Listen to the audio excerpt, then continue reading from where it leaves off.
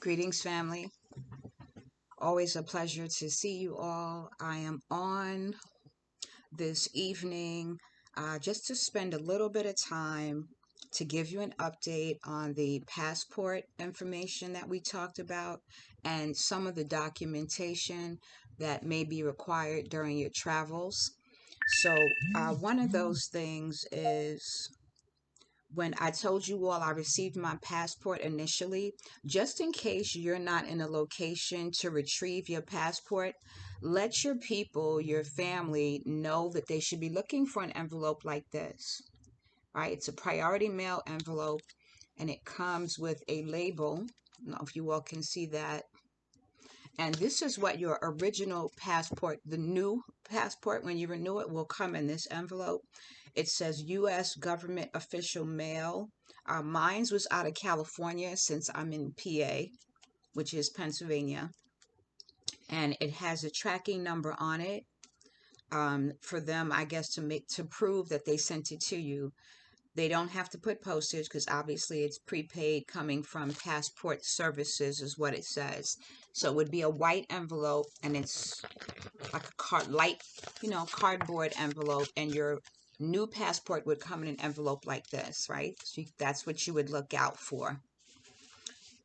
Now, your old passport, which came after the fact, which can come up to 2 weeks after the fact, would come in an envelope like this. It's a yellow envelope. This is what the old passport came in, with a few documents reminding you about required COVID testing and requirements for the U.S. Embassy. So, U.S. Department of State, San Diego Passport Agency. But this one came from Sterling, Virginia, interestingly enough. So, I'm not really sure why this would come from Virginia when it says San Diego. But I guess that's because that's where my original passport came from, right? And then it had like also a white label on it as well. It was just a plain yellow envelope, nothing fancy. The old passport came in this. Just wanted to let you all know that. Also, I came across some documents which I thought you all would find interesting. I found Amman and my COVID testing. I told you all I would show you that when I found it. So I located my COVID-19 nasopharyngeal swab sample. This was the certification that Amman and I got our test done. So this is Amman's. And this is for Sierra Leone. They give you, at least at that time, right, in December of 2020, they were giving a certificate like this that said you had your COVID testing. They stamp it with an official seal. It basically states that you tested negative, right? This was from the Emergency Response Center. I told you all when we came in, they tested us at the airport, but when we left, you couldn't get your test at the airport. You had to go to a separate location to get your test. And that's where we went, to an emergency response center, and they had like these trailers that were kind of put together as buildings, and that's where you had to get your test upon leaving, and it had to be within 72 hours. And I told you all about that runaround. I'll connect the video so y'all can check that out. Now, when we were in Gambia, we had to get a test done, and that test looked a little different. It was a case investigation form report, and their test looks like this. It has this, you see the stamp here, and what it says is, the person details. They have your age, your country of residence, the nationality, date of birth. I just noticed that this said country of residence was Gambia and that his nationality was Gambian. I just realized that. I don't know how they didn't catch that. First name Amon, surname Thomas. They have my name on here. They have where we were staying. And when they ask for address, be mindful of that. When you come into the airport in Gambia, you don't need a street number. All you need to say is where you're staying. So we stayed in Bruford, and that's all we said, and that was enough. They just needed to know the location, right?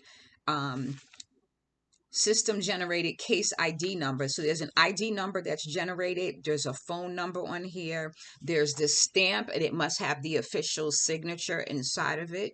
And it even has the lab number, right? And then on the back page, it says why you need your testing. Ours says for traveling. I don't know if you all can see that. It says traveling there. The date the specimen was collected, that was 1/7, because that's when we were leaving, 1/9. Type of test, PCR, negative test result. And what they did was a swab and a throat swab, right? So they say nasopharyngeal swab and throat swab. So they go in your nose and they did the back of the throat. And they talk about, was it accepted? They said yes. The lab number again, and it's also stamped on that second page as well. So this is Amon's, test for Sierra Leone and his test for Gambia. My tests look the same way. See, here are mine. So I'll be putting those in a photo album.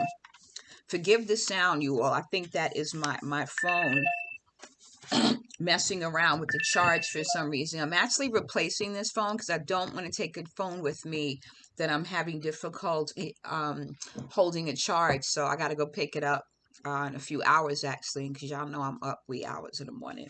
So I wanted to share that with you. That was just a quick update about what to expect, what your paperwork should look like. I hope that was helpful. I will let you all know as soon as I get my testing done when I arrive. And I just wanted to share one last thing. When I got my passport, they did put this information in there, right?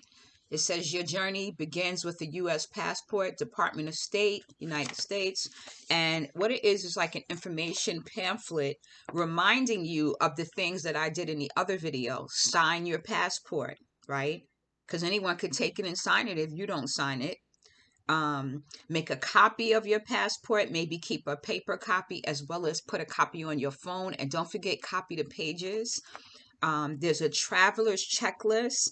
Before traveling abroad, make sure to get informed about where you are going, right? Have your contacts in place. Know where you're going to be staying.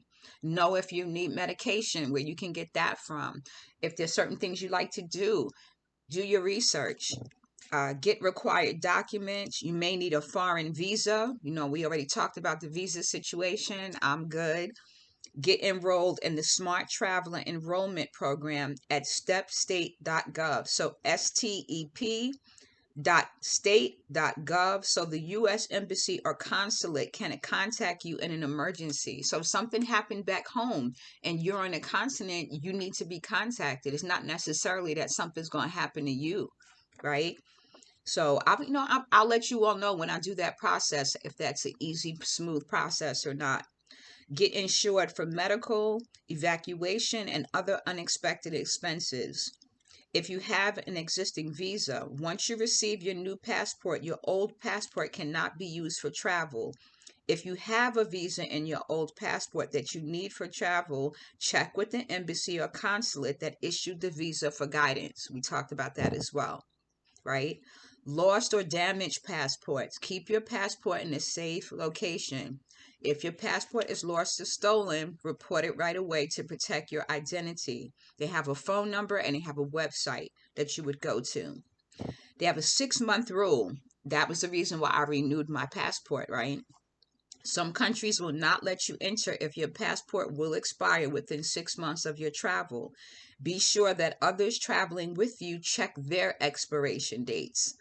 They have a website for that. Describes each country's requirements, so it's travel.state.gov. Expiration date, passport books issued to adults are valid for 10 years. Passports for children under 16 are valid for 5 years.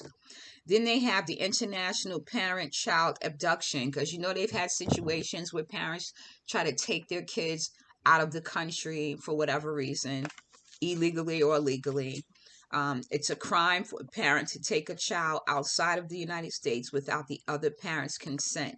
I know a lot of people ran into some problems with that when they had custody or primary custody, or the other parent wouldn't agree to the trip. So there, you really kind of want to get your research about that, maybe get notarized letters, certifications, and make sure everybody's on board, right? Um, they have, let's see, where you can contact them inside the US, travel.state.gov, emergency travel assistance for yourself or someone abroad. There's an 800 number. It's 888-407-4247. Outside of the US, they tell you to go to the nearest US embassy, and they tell you to follow them on travel.travelgov on Twitter, facebook.com/travelgov on Facebook, at travelgov, and I think that's IG, Instagram. And this was issued May 20th, but this is something that they put in the passport to remind you to check. And I think I remember another pamphlet, which I don't see, that was a reminder to make sure you took your required COVID testing if it was required. Let me see if I have that. Yeah, no, this isn't it. But yeah, so that would be something else that you want to make sure you take care of. And these are things we discussed before. I just wanted to give some last minute reminders to make sure everyone was on board. I hope this was helpful. Blessings, and we will talk soon.